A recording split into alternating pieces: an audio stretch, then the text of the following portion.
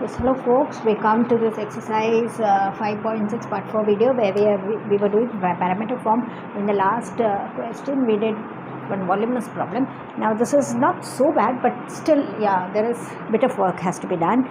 So let's start right away. They say that x is a times cos t plus log tan t by 2 and y is a sin t. Y is easy, but then x there is work. So let's start right away. Consider the x, which is maybe a cos t. Now a cos t is easy, but it's the later part that is little voluminous. A times log tan t by 2. Yeah, so only this part let's consider first, get its derivative, or finally its derivative that matters, and then we'll get back to x and get the dx by dt. So to start with, let's call this as u. Let u be a log tan t by 2. And because there are many functions, we will go in for further substitutions. Let z be t by 2. So this is over. Then we can take w, tan z. So this is over. Then u will become what? See, this has become, till here it is w. So you can have u as a log w. So let's start taking the derivatives. Dz by dt, we know it is half times t. Yeah, this is as good as writing half times t.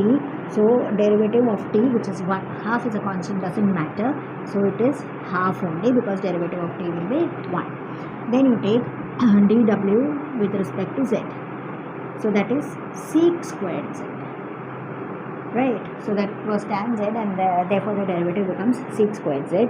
U with respect to w, a is a constant, and derivative of log w is going to be 1 by w. Like that you can get derivative of u with respect to t, because that is what matters. So u first with respect to w, then w first with respect to z, and z with respect to t. Yeah, so let's have them like that. Du by dw, for us it is a by w.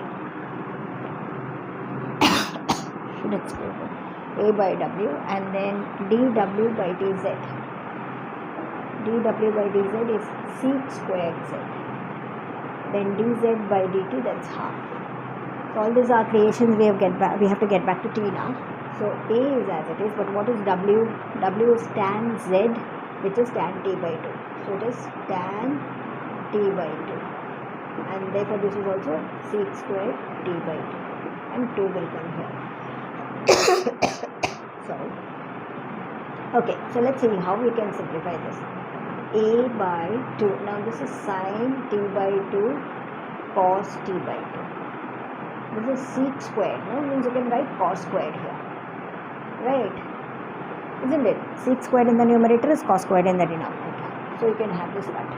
So what are we left with? A by 2 sin t by 2 cos t by 2. Incidentally, it's a formula for sin t. So sin t. Either, or you can write it as a cosec t. That's your wish. So we are done with that. You have got du by dt. Now let's come back to x. Now your x, which is a cos t plus u for us. So dx by dt, when we take the derivative, it is d by dt of a cos t and du by dt. So a of course goes out. Cos ka derivative, it's minus sin, and du by dt we have it as a by sin t. Let's have this equalized into sin t into sin t. So a outside minus sin squared t plus 1 by sin t. 1 minus sin squared t is cos squared t. So a into cos squared t by sin t. That is our dx by dt. Now dy by dt is quite simple also. The dy by dt is a sin t, which means it is dy by dt. A will come out, and derivative of sin t. How much is that coming to? It is coming to cos t.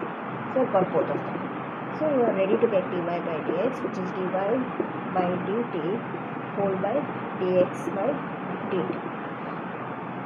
Dy by dt for us is a cos t, and dx by dt for us is a cos square t by sin t. Now see, divided by this multiplication by the reciprocal, like that the sin t can go up because it is in the denominator. A can cut, cos can cut. One cos is there, one sin is there.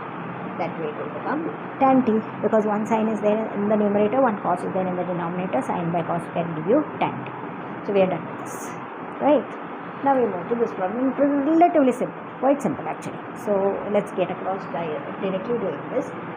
Dx with respect to d theta is a times d by d theta of sec theta, which is a into sec theta tan theta, and dy by d theta is going to be d times d by d theta of tan theta, which is d times tan theta means it is sec square theta.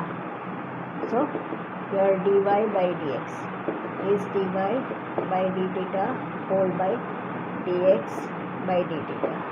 So that is going to be b sec square theta by a sec theta tan theta. One of the sec can cut. So b by a sec theta by tan theta. So how is that? Sec for us 1 by cos in the numerator, and here sin by cos theta. So the cos theta can cancel. We are left by b by a cosec theta if you want. You can say b by a sin theta, or you can say b by a cosec theta. So that's the final answer for this problem number 9, which comes out this way, right?